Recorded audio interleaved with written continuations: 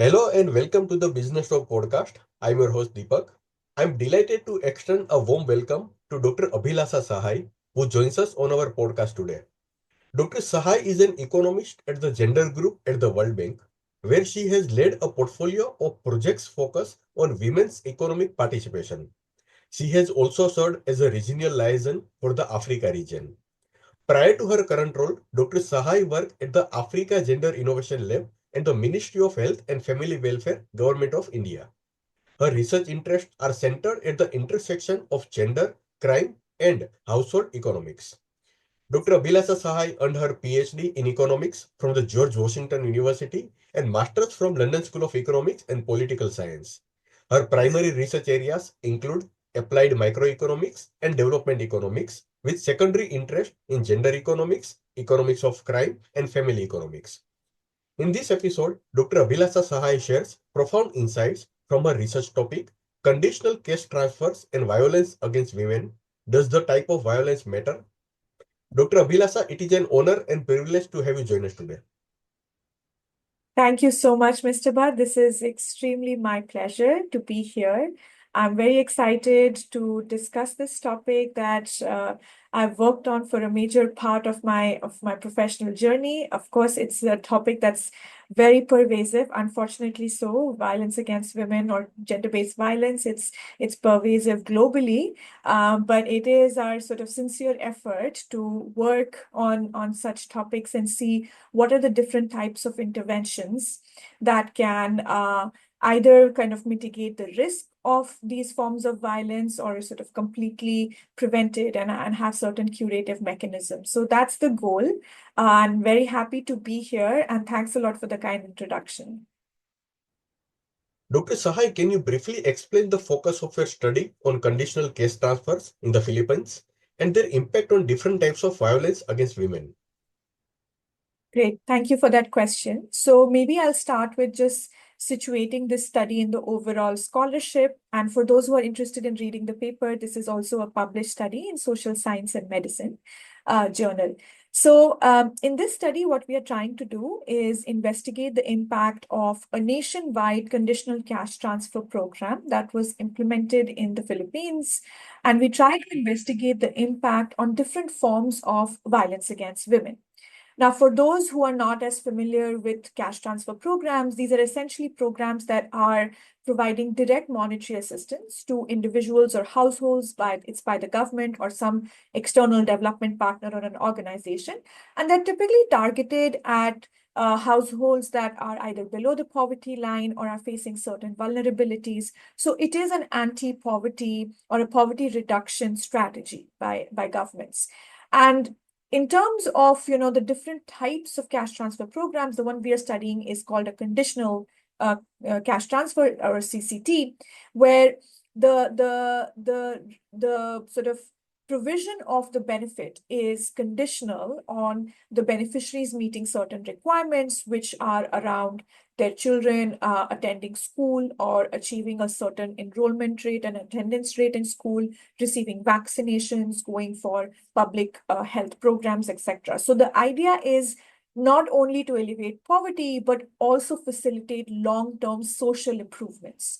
So, and over time, these programs have garnered a lot of attention from policymakers because of its effectiveness. It started out in Latin America and Caribbean, and then over time, it has been adapted across different regions. And today, we're specifically speaking on East Asia Pacific. So this program in the Philippines, it's called the Pantawid Pamilya Filipino program or the 4P program. And we investigate the impact on 12 different types of violence against women.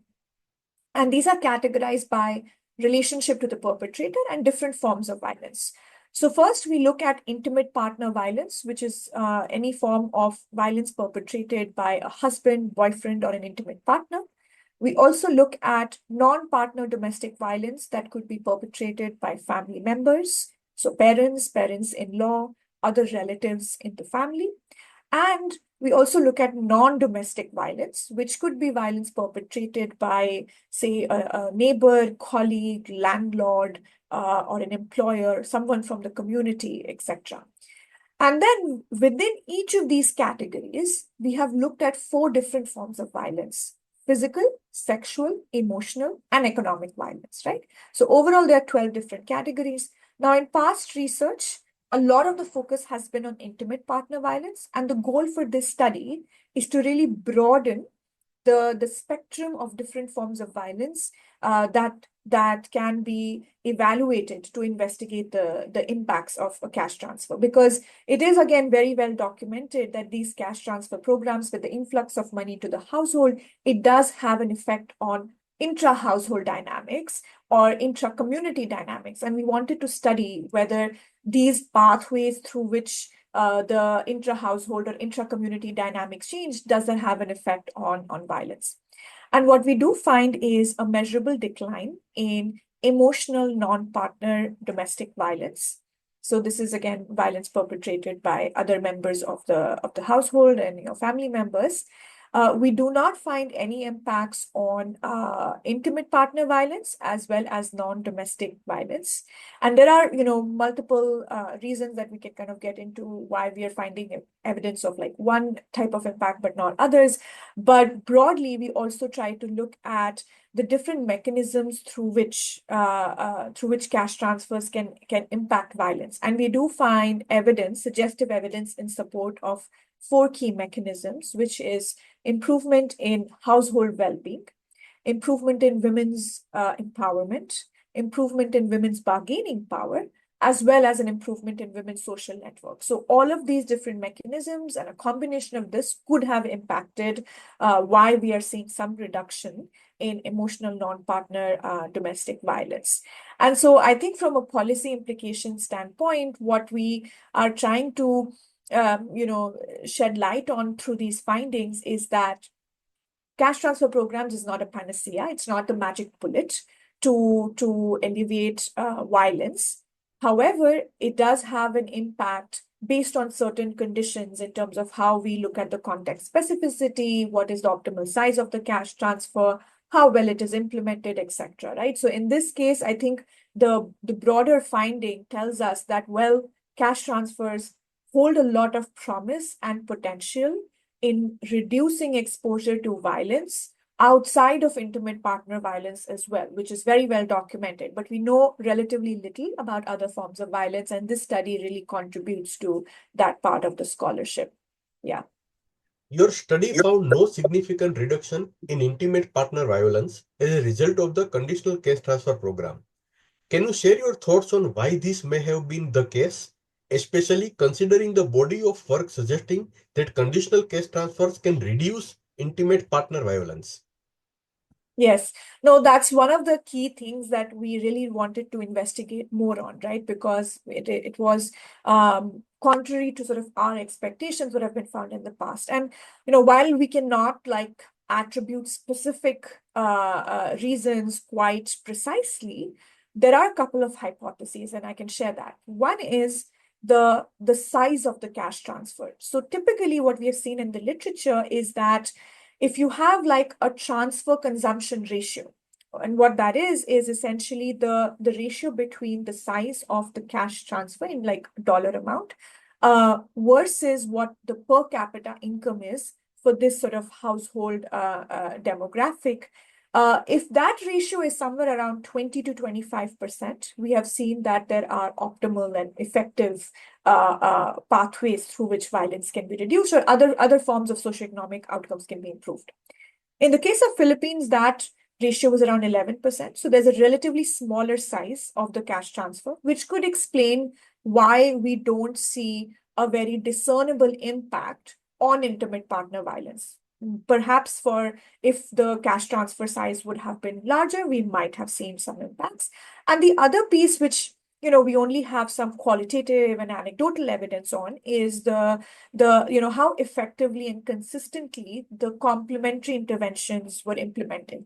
So in this case, there were, in addition to the cash transfer that was provided, there were family development sessions, which is essentially households getting together in a community gathering form and discussing topics around gender roles, family planning, GBV, etc. And a lot of times these community mobilization efforts can help in in kind of also changing personal attitudes and norms around gender roles, right? In this case, what we did find through some qualitative work and like speaking to the implementers is that there was some differences in how the family development sessions were sort of implemented across different provinces. So which, which could have again contributed that on average, how effective these interventions are in reducing one form of violence and not the other, right? So there are like, multiple hypotheses, but I think overall, if we do compare the our study and the magnitude or the effect size of the impact that we find, it's consistent with the literature, especially in Southeast Asia, especially on other studies that have evaluated the impact of 4P programs on like different outcomes. So with that in mind, I think it still sort of gives us an insight into how CCTs can be leveraged to reduce exposure to other forms of violence. Yeah. Very insightful. Uh, Dr. Sahay, however, your study found a measurable decline in emotional domestic violence. What do you think is behind this specific finding? How does your emotional domestic violence differ from physical form in terms of response to interventions like conditional case transfers? Right. Thank you. And this is yet again another aspect, right? Like when we find these impacts, I think the more important question is why, right? And there's a lot of work that happens into doing some, I would almost call it detective work, when we want to think about the mechanisms and the pathways of change. So now one aspect is that, given the relatively low cash transfer size and how this was implemented, we are seeing some effects on the margin, right? So what we are finding is that the types of violence that are relatively less prevalent, right? Those are the ones that are getting impacted. Again, the forms of violence that are, less, I won't want to kind of rank different forms of violence based on like, how gruesome or brutal or, triggering it can be. But if you compare emotional violence, with, say, physical or sexual violence, we do see that in form of like emotional violence, it's less bodily invasive. It could have like key triggering effects on your psychological health, but at the same time, we do see that probably the pathways through which emotional violence can be reduced are, relatively less salient than that for physical or sexual violence. And so it's likely that with this financial relief coming into the household, emotional violence is more responsive to that, right? So there are certain aspects around not having as much intra-household friction, right? Not having as many verbal altercations among family members that could have led to this decline. But at the same time, the sort of mere relaxation of this financial constraint may not have been enough to have an impact on physical or sexual violence. So that could be sort of, one of the factors. And again, we cannot say something more precisely, but we did some suggestive analysis to find this evidence. You suggest that changes in household well-being, women's empowerment, bargaining power, and social capital could explain the reduction in emotional domestic violence. Could you elaborate on how each of these mechanisms might have played a role? Yes. Thanks for that question. And, again, this has been something very well documented in the literature. There are multiple pathways through which influx of cash into the household could impact violence, right? And it could go either way. It could be positive or negative. And there are four key pathways that have been documented quite saliently in the literature. One is around household well-being. So when more money comes into, and again, we are talking about households that are from extremely vulnerable populations. As more there is an influx of money into the household, that can increase overall household economic well-being, social, psychosocial well-being. That could reduce intra-household conflicts on financial issues, right? So it kind of relaxes and alleviates some part of that financial stress that could, that could reduce violence because there is lesser conflict. The second element, which is around social capital and social networks, that could be channeled through some of the complementary interventions. Now, in this case, we have women who are primarily the recipient of the cash transfer, right? So that's also an important aspect to highlight, that in majority of these cash transfer programs, it's the women who are the key recipient.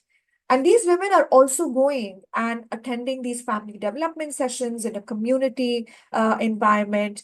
And that might be a channel through which they meet other women in the community and develop additional social networks and deepen their social capital that can help them reduce tolerance towards violence or even seek help, right? Even seek informal help when any form of violence is perpetrated. So that is another channel through social networks. The two other channels which can kind of go either way is women's empowerment and bargaining power. Now, again, with influx of money into the household, women may have greater control over resources, over intra-household decision making. And then with, again, bargaining power, it may also tip over the power dynamic in the family, right? Like when I have extra money in my hand, that does play a role in the power dynamic I share with other household members. So this is all leading towards some reduction in violence. Now, at the same time, it is important to understand how other members of the household or the community are responding to this change in women's empowerment and bargaining power. If there is a backlash effect, which has again been documented well in the literature, and there is a tendency to impose your superiority or the male dominance, right? Then it could actually backfire. With women having more money in their hand, that could again go against them, and it leads to additional friction around how to use this money, this extra money that has come in, leading to violence. So these are the two mechanisms that could go either way. In our study, when we investigated each of these mechanisms, we do find positive impacts. So we see an increase in household well-being, women's empowerment, bargaining power, as well as social networks. And we have key indicators in our survey instrument to measure each of these, right? So we do find that there is a net positive impact, which led to this reduction in emotional domestic violence. Dr. Abhilasha, your study raises an important point about non-partner violence, including violence penetrated by in-laws, employers, or community leaders. What makes this area under research, and why do you think case transfers might impact non-partner violence in particular? Great.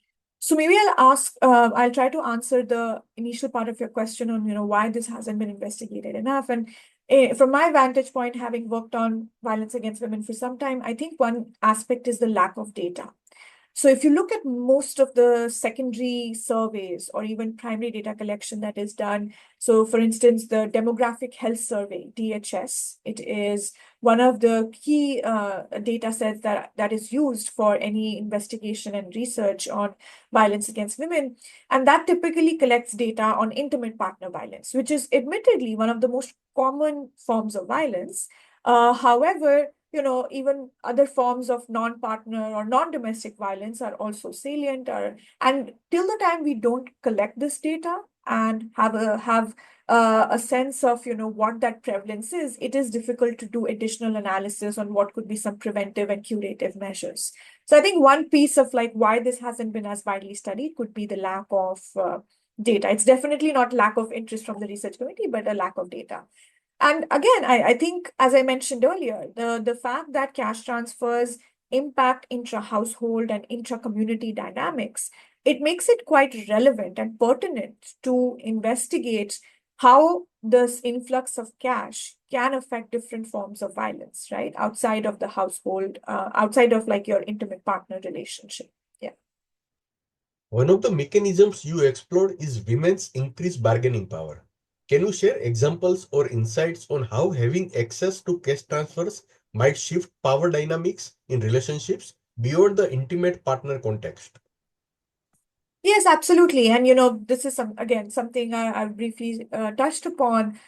When there is this influx of cash in the household, right? So of course, outside of it affecting your relationship with the intimate partner, your husband, there are other members in the family. And especially, I think this is quite salient in contexts where having a joint family is quite prevalent, right? So when you do have other members of the household, say like your husband's parents or husband's siblings staying in the same household as you, it does affect the power dynamic in the family, right? I mean, there's again a lot of literature on how when women are earning and they are earning their sort of own money, they are productively engaging in labor markets, it does affect how they are treated and seen by other family members, right?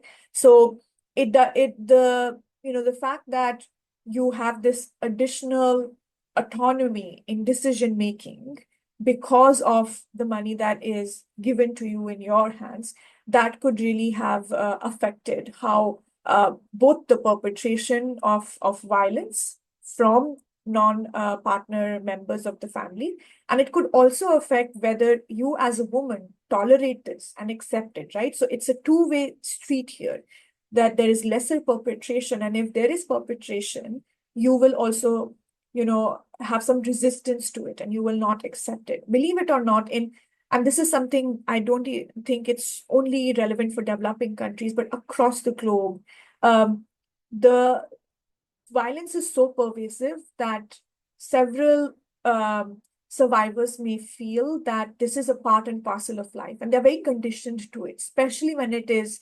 intra-household domestic violence, right? So this entire concept of like keeping your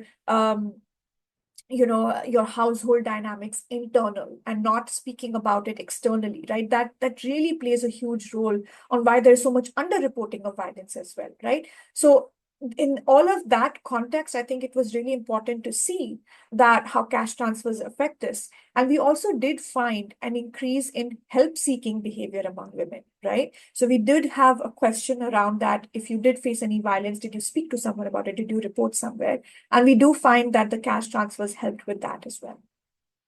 In your paper, you mentioned that the context of conditional cash transfers programs can affect their impact on intimate partner violence. In your study, what role did the local cultural, economic, and social context play in shaping the outcomes of the 4P program? Thank you. And again, I think, especially when we think about the policy implications of this work, right? Like we really want to think more carefully about the social, cultural, and economic context in which this was based. And I think in the case of Philippines, there were three key areas why that could have shaped the way we are seeing the findings. One is strong family ties and extended households. So basically what I spoke to in terms of having a joint family setup, it is common in the Filipino context and like more broadly in the Southeast Asian or the South Asian context of having a STEM family or a joint family. So that could be one aspect. Then there is an element around, I think in terms of why we specifically find an effect on domestic violence and not intimate partner could be this variability in program implementation that I spoke about previously.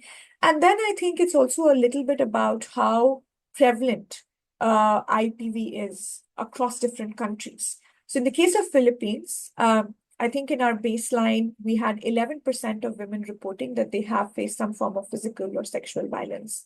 Now, I know this is big, but if you compare it to other countries in the region, or even countries in, say, Latin America or Africa, it is on the lower side, right? And so that could also affect, like if your baseline level, and this is, I'm getting a little bit into the methodology, but like if the baseline level of violence is lower, then it is harder for us to be able to see any changes in impact in a short period of time, right? When the baseline level is high, then you are able to, like, with the same intervention, potentially we could have seen a change. So I think that could also be one of the reasons why we are finding, this difference from past scholarship. Your findings suggest that while conditional cash transfers had an impact on emotional domestic violence, they did not significantly affect intimate partner violence or violence outside the home. How can policymakers ensure that the design of conditional cash transfers can be adapted to different regions or cultural contexts to better address all forms of violence against women? Thank you. And this is again speaking to some of the policy implications, right? Like we need to curate interventions, make it very tailored, make it very targeted. So I think the first element is accounting for country-specific household and community dynamics. That's really key. We need to have an optimal transfer size, right? I'm not saying that, this, of course, we do find that even with this 11% transfer to consumption ratio, there were impacts and across different socioeconomic outcomes, but understanding on what that optimal transfer size is helpful. And I think most importantly, we put a lot of energy into designing programs, right? And this is something I work at the World Bank, and we have a lot of work happening across different domains to improve socioeconomic outcomes. We do put a lot of energy into designing programs well and making it very robust. And it's equally important to focus on implementation quality, implementation science, monitoring and evaluation, and really having a very hands-on approach to also build capacity of local governments to be able to implement this the way it was envisioned. I've previously worked at the Ministry of Health in India, and I saw this kind of happening in sort of front of my eyes to see how programs that are designed at the center level, how do they translate into state level or district level implementation, right? So having been in that, working in that space, I think I really do personally appreciate the importance of implementation quality and M&E. And I think those are some of the aspects that policymakers need to continue having focus on. Dr. Sahay, I'm going to question number 6. You mentioned that public works program and conditional cash transfers might have distinct effect on violence due to the different nature of these programs. How do you think the type of transfer influence women's role within the household and outside it, which in turn affects violence? Yeah. So I think, see, again, for audiences who are not familiar with public works programs, these are essentially cash for work programs, right? So if, for instance, in the Indian context, we have NREGA, which is a very, wide and a very big program. So both public works programs and cash transfer programs, they do have this influx of cash element, right? So that way they are similar. However, there are some meaningful differences that could shape how they impact violence. In case of public works program, it typically entails women working outside of the household, and in some cases, even taking up jobs in sectors that are historically male dominated, such as construction and infrastructure, right? On the other hand, in cash transfer programs, typically women are the recipients, and the conditionalities are around children's education and health.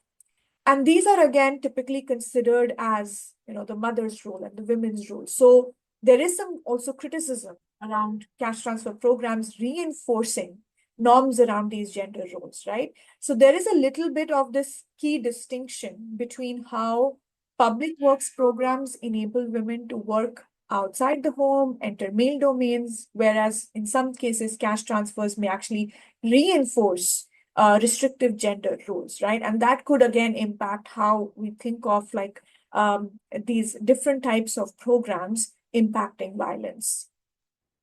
Based on your findings, what areas of future research do you think are crucial for understanding the broader impact of conditional cash transfers on violence against women, especially outside the home?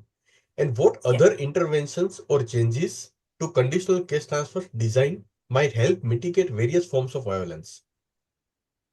Thank you for the question. I think let me try to sort of, frame that across three key lines in terms of, what sort of lies ahead and what's next. So I think one element is around investigating long-term impacts, because there's only, to a certain point that these cash transfers can help, right? And it's not something you can sort of have for life. So we don't only want to reduce short-term poverty, but get individuals and households on a track for long-term productive and healthy livelihoods, right? So focusing on the sustainability of these programs is important, and there is a growing body of evidence which showcases what are the long-term impacts of these cash transfer programs. So that's, I think, one area where there is more work happening and more research can take place. The other element is around parsing out the effectiveness of different complementary interventions. So typically, these cash transfer programs are evaluated as a package of intervention. So you have a cash transfer, then you have some vocational training, you have some community engagement, maybe you have like some provision of like assets, productive assets to households. So there are these different interventions that are packaged into one, and then we investigate the impact on average.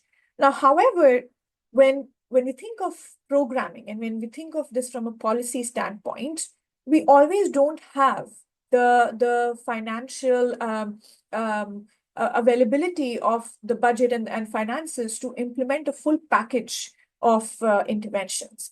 And so the question is, if a policymaker had to prioritize among these various complementary interventions, what is that one intervention that can maximize the impact from a dollar investment, right? So thinking about the returns of investment across these different interventions can be very helpful in making these prioritization decisions easier for policymakers and program implementers. So I think that's another area where more work is needed.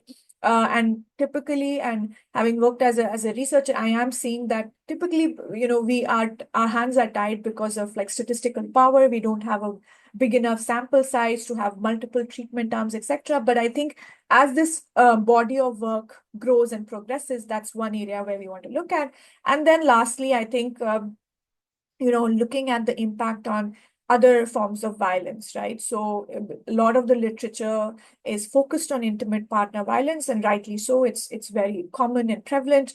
But then expanding this scholarship into other forms of violence, which is what our study is doing, I think it will really help in developing a more nuanced understanding of what are the mechanisms and mediating factors to have an impact on other forms of violence. Listeners, it has been an absolute pleasure to have Dr. Abhilasha Sahay on our podcast today. Dr. Sahay's work at the World Bank and her research on the intersection of gender, crime, and household economics are incredibly valuable in understanding how conditional cash transfers can impact violence against women. Her insights into the nuances of emotional and non-partner violence and the role of cultural and economic context are thought-provoking and essential for shaping future policies. Dr. Abhilasha Sahay, thank you for sharing your expertise with us and for shedding light on such a crucial issue. Your contributions will undoubtedly guide future research and policy initiatives aimed at improving the lives of women globally. Thank you so much. Thank you so much, Mr. Bhatt. It was an absolute pleasure. Thank you. Thank you.